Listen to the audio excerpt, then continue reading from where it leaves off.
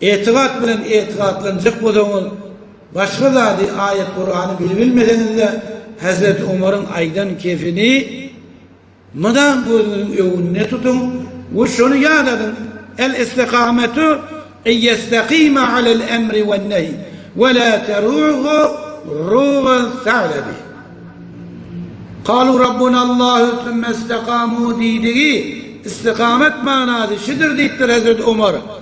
İnki mustakim kaim durmakdır Hudaý Taala'nın emreden zadyna ve nehyeden zadyna da. Ve la teruhu bökmen beýle şeýler. Ruğanı sa'lebi. Eyni tilkiň böküşýärek beýle şeýler bökmen. Yani şu adamları bir yanı da aittir. Resedetler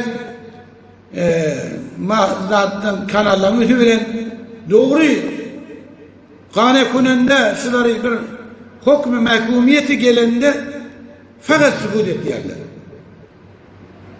Bizim kevimiz bir de var eşitliğe. Ama onun bonuya manisiken adamları koyup şu mağalları bilen şu geliyen muhbirleri bilen hem dedik aylap bizim terzine de şütre ayrıya.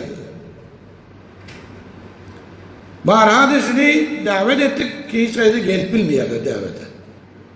Nâme yolları ters olacak.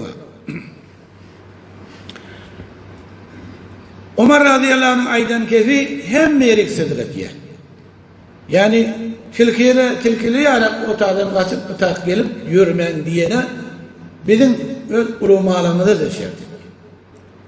Biz ulumalımızdan hem imzasını gördük. Kimelerin velayeti fagin nezeri olmalı ekamlarda şol ekamları şudur rayet etmen diyen ve aksiler de görüyor ki bir şiranı kucaklar onu okşap onun elinden okşap ödünü başını eğip duran aksiler de görüyor. Pes bu adamlar innellezine amenu kalu rabbunallah mestekamu der. Bir adamları ki mümin bolup da menin perverdigarım Allah deyip de ondan sonra perverdigarın buyuran zatını duyan adamların bir maksud, bir hevre kamil, mufid bir padaşı var ki onun inki yönden aytsa. Eğer şu adamlar kavcı teveccüh ettiler, kan hadisler var, fıkhtan da var. Femen ahalla bil i'tikadi vahdehu fehu münafıkun dikkeştir. Yani bir adam aralaştırırsa, başka itikadı, öz itikadını sokup da aralaştırırsa fehu münafıkun. Şol adam münafık.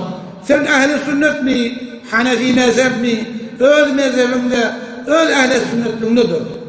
Gelip de ehl-i sünnetin itikadını yokladı, alıp da o forum şu adamın iyiliğine uymak da doğru değil. Hakikaten hulası-i kelam aytacak niyetimiz ki eğer şu adamların iyiliğine uyduğunuz münafığın iyiliğine uyan yani. Peygamber Aleyhisselam neymiş ettir münafıklığın adında? Hafız-ı Kur'an mıymışsın? Bir gün melilerini gözünü aylıyarken hafız-ı Kur'anlar var. Ebu Bekir Sıddık radıyallahu anh geçiriyor. Hiç vakit münafığı imam etmiyor. O münafıklar Ebu Bekir Sıddık radıyallahu anh'ı o geçip deyip öyküler gidiyorlar. Geliyorlar Şam'da bir öğü icara şol öğün içinde fortil ölüyorlar. Biz adamlar ehl-i sünnet vel cema'a hususen Hanefi mezhep merciye tahlidimiz İmam-ı Azam rahmetullahi aleyhi olsa hiç zaten korkmalılar. Kur'an'da Hudaý Teala ayet ya فَلَا تَخْشَوُ النَّاسَ وَخْشَوْنِي adamlardan korkma, menler korkun diye Allah Teala. Bir ken emellerine vakit Kur'an eder. Bir gün şulan hepimizin redil verip, vaaz edip aytacak. Kur'an, Hudaý Teala Kur'an kelamını, aytiya kelamını adamlardan korkma, menden korkun diyenden maksud ne? Menin buyuran işlem vardır. Ve etme diyen işlem vardır. Şunu etmen diye.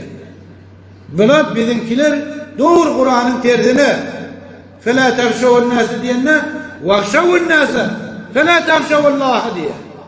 Ve de Hudaý Teala'nın kelamı beraberine وَخْشَوُ النَّاسَ adamlardan korkun وَلَا تَخْشَوُ اللّٰهَ Allah'tan korkmam diye. Bu adamlar kıynanacak da münafık adamlar.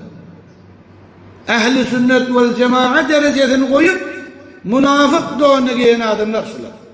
Vallahu kelam şulan izni yumak haram. Menzurum bir de ki falan yere gitme. Hiç menke gelmediler. Hakikaten tamamen öğrenilmiş şartları ehli sünnet vel cemaat vaadını aydık geçecek. Bir hiç onvan şu iki imam namazımda ehli sünnet vel cemaat vaazı aydırmıyor. Bizim oğlumun illeti gerayişi vahabiyeti şirk. Ulukon gerayişi. Ehli sünnet vel cemaat keyfini eşitmeyerler. Bir yandan zerbe uğrayanlar, vahabiler bunları uğurlayarlar.